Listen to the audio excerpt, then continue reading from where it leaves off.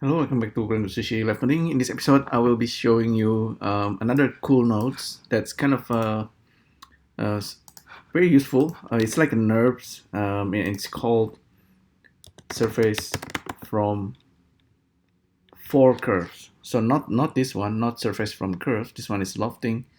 This one. Okay, so it's this one node can create some kind of patch based on a curve. It's very easy to use. So there's actually this list of curves, but we're just gonna be using, okay, we can use this. That's where you can supply 4 different curves, and we're just gonna use this. Okay, all right. So let's create Bezier curve. Bezier curve only have 2 points with this control. So let's create a bunch of them. Something like that. I'm gonna duplicate it. So it needs to be 4 different curve. So 3 curve will not work. So this curve, I'm just gonna randomly rotate it. So curve in Blender is very kind of limited, but I'm gonna show you it still can work. Okay, so in order to snap curve to each other, there are a few different ways. You can use vertex snapping. Say you wanna, I'm gonna select all of them and then go to edit mode, and I wanna connect this into this guy. I just do it like that. So this is one way. It's pretty interesting actually, the way these things snap. There's another different way. Instead of using snapping, you can select the points and select the second points, and then right click snap selection to active. So that's also doing the job. The funny thing about this, you need to select one and then select the other, and then snap selection to active. You cannot just select those two like that. Anyway, we have 4 curves that's kind of touching each other. So let's use Bezier in, get selection, plug in the curve. Let's take a look at the result. Aha. So it's not 100% working, which is interesting. Maybe some curve need to be flipped. So this is a surface for curve. So because curve tend to have directions, so it's not always super obvious. But look at this. So this one, the curve going that way, and then this one going this way, the Bezier. This one going that way.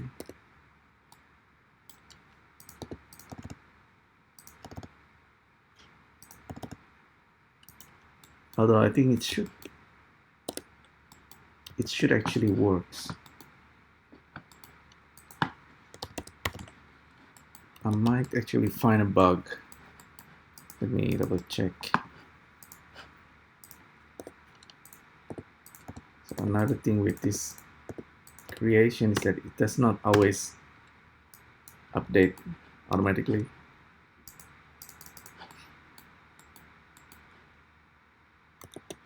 I have one that's actually working. So this one. Okay. This is actually the same exact setup. So we have Bezier curve and we have this result. I'm gonna move it to the side. And this one have same number of points, I believe. So that's why maybe, but it should work.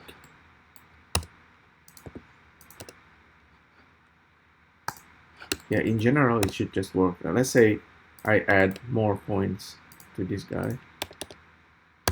Select one curve. We are in edit mode only for this curve. we're gonna subdivide.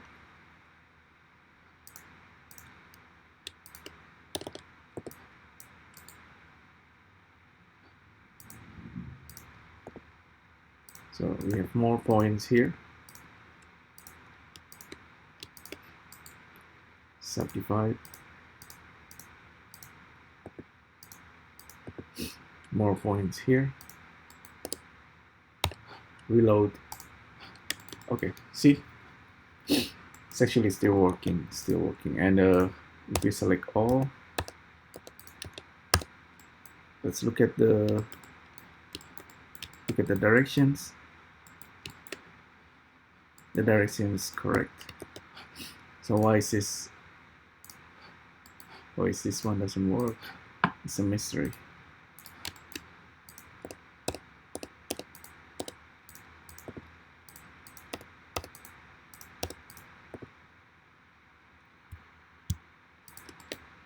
They are all touching each other.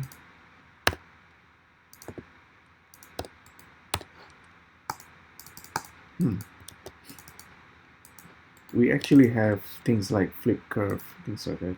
Flip curve.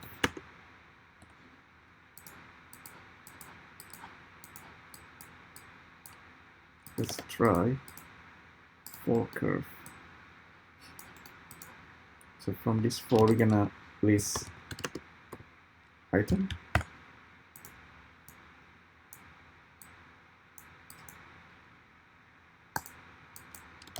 Let's see if this is working.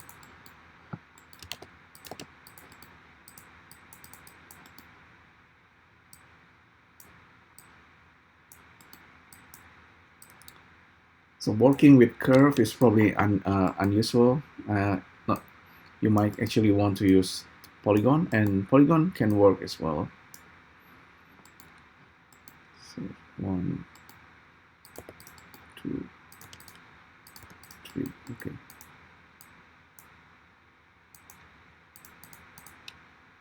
Check for coincidence.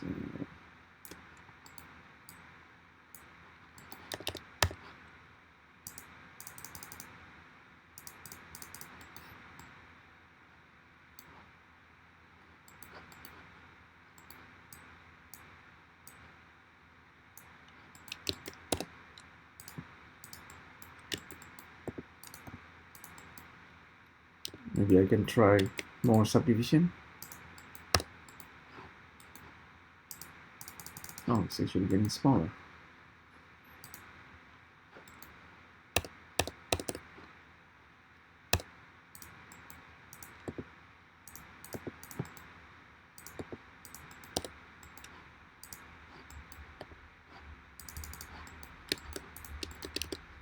So if I try again anyway, so there's here.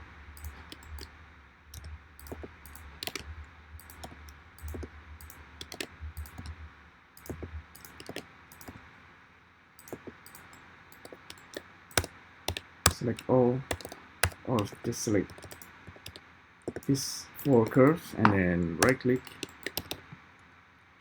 and do it like this.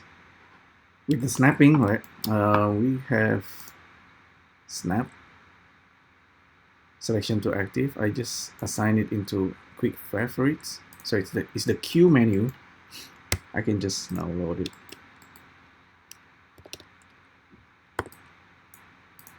So this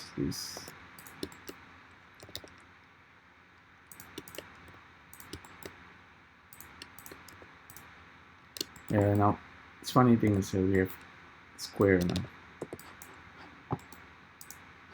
Okay, see, this one works.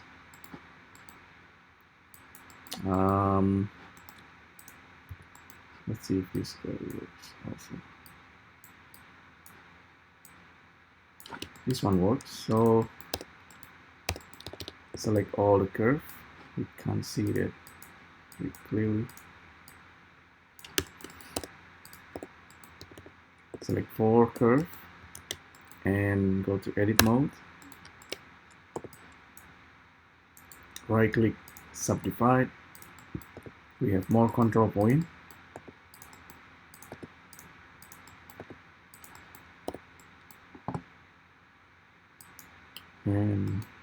reload. There you go. It's very simple and easy to use, mostly. Like I said, this does not only work with curve. It works with curves perfectly. However, I have some experiment. So it works like this as well with a vertices. This one is slightly, but yeah, I might cover the other one later. But it's actually you saw it, and it's you might think, okay, it looks like cloth. This kind of a remeshing based on a curve is very interesting. It's almost like a Blender cloth itself before the simulations. So maybe we can use that. Surface for curve.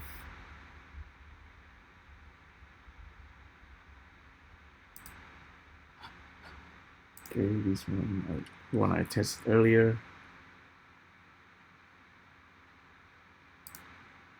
Okay, this one that crashes. So this is based on 4 polygon. It's not a curve. So this is the back part. This one also has some kind of gotcha. You can see the front part and the back part. There's a slight difference there. I like this area that's being generated here for the arm.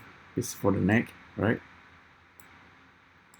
But this one, the back, somehow doesn't work quite as well. So there's a lot of still maybe gotcha, maybe could be a bug or could be limitations.